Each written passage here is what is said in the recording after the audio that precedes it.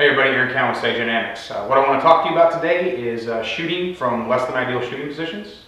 What I mean by that is there's two types of shooting positions we have. We have those we choose to be in and those we are forced into either by the environment or circumstance.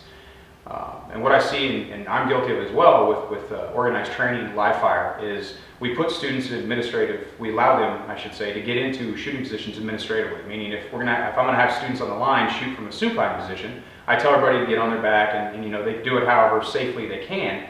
But that's not very realistic for, when we're thinking about training reality-wise. There's reasons for that safety. If I've got an inexperienced shooter, I don't want to overload them with skills and techniques right at the front, so I allow them to administratively get down, get comfortable, get in their shooting position, and then we run the drill from there. But when we start building up to that level of unconscious competence with the weapon, we want to start thinking about practicing those techniques. If I fall, do I know how to fall? Knowing how to fall is extremely important. So what I'm going to go over in this video not only is proper fall method, but ways to defend yourself on the ground while you access your weapon, if you're going to access your weapon, and draw strokes from these less than ideal shooting positions, like fetal, supine, and so forth. So I'm going to cover drawing from hip carry, both inside and outside the waistband, and I'm also going to cover appendix. Those are three of the most popular carry methods right now, so we're definitely going to cover those.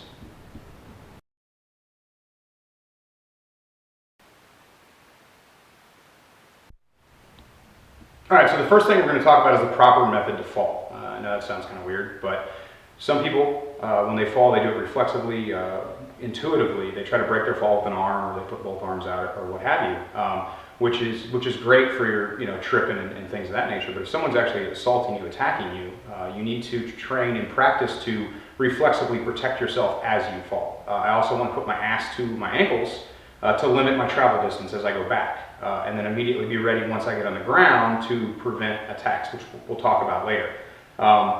You look at the supine shooting position, how did the person get there? Chances are they didn't choose to be there. Someone knocked them there. That's why we practice that position, because it's not a position you'd normally choose to shoot from, barring some kind of strange and very unique circumstance.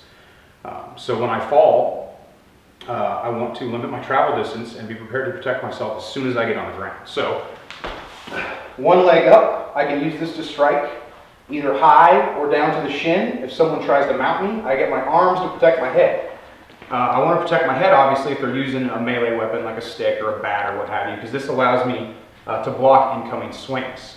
Another thing I do is I base one leg out so I'm able to move if they try to get like a side mount on me.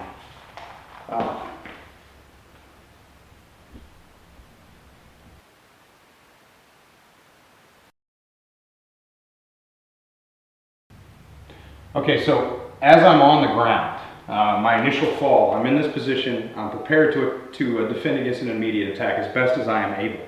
But if it's a situation where I need to draw my gun to defend my life, obviously my carry method is going to dictate how easy or how difficult that is. Right now I'm hip inside the waistband. I will sacrifice the protection of two arms and just use one so I can access my weapon. I can simply draw, and as soon as it clears, and it's sitting on top of my rib cage or even off the body, so this, obviously we don't want the slide to impact the body when we fire, I can shoot from this position. Now, some people might say, well, the weapon is behind my legs. There's always the chance that you could shoot yourself, and that's very true.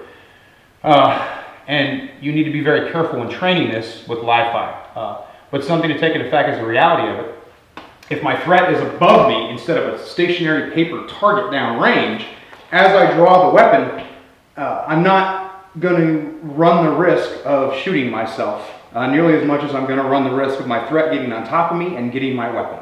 If I come full extension, they can kick it. That's always a possibility. So it's something you need to think about and be prepared to fight that way if you have to. Obviously, it is a training issue and it's a safety issue on the range, so that's something to be aware of. But for personal practice, there's no reason why you shouldn't be prepared to fire from a close-tuck position once the weapon clears the holster and you get it into play. Another thing to think about is drawing from concealment. Some people train to clear the garment with one hand, right? Well, in this situation, I need that hand to protect my face.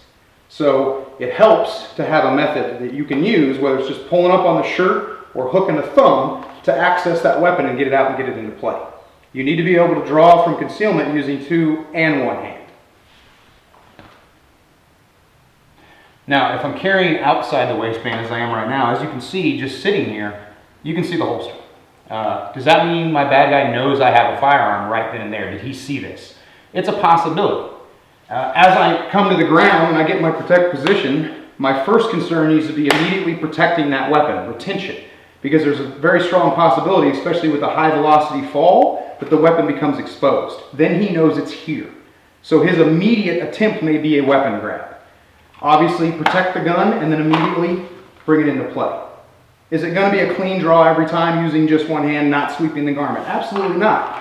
We want to keep it as streamlined as possible and try to get our draw hand under the shirt as we bring it out. That's why we practice. The more you practice this draw, the better you'll be able to do it with 1 hand. Should you shoot with 1 hand? Initially, you may have to. We always want to get 2 hands on the gun for best control, but initially that may not be possible, especially if we're blocking strikes at the same time. The mechanics between inside the waistband and outside the waistband, really the only difference is the chance of exposure from an outside the waistband holster, whereas inside the waistband it might not be that big of a deal or that real of a possibility because most of the gun is inside the pants.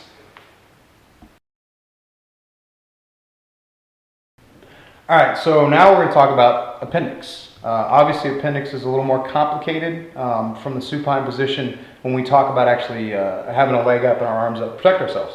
Now, if you'll notice, with hip carry, I was using my support side leg to protect. That way it doesn't interfere with my draw stroke or actually pressing the weapon out. Right now I'm appendix carrying on my right side, so I'm going to use my left leg as my leg to defend with, whereas my right leg is going to be my post leg. The draw is pretty much the same. I got both arms up to protect myself. I clear the shirt, draw the weapon, get it into play, and then I can sit up if necessary, which will be necessary. We're going to talk about that. On supine, appendix flows really, really well. No issues with it, no problems with it. The draw stroke is consistent. It does require a little more practice. And when you fall, there's always the chance that the gun can impact your rib cage, so that's something to be aware of if you recoil reflexively when you hit.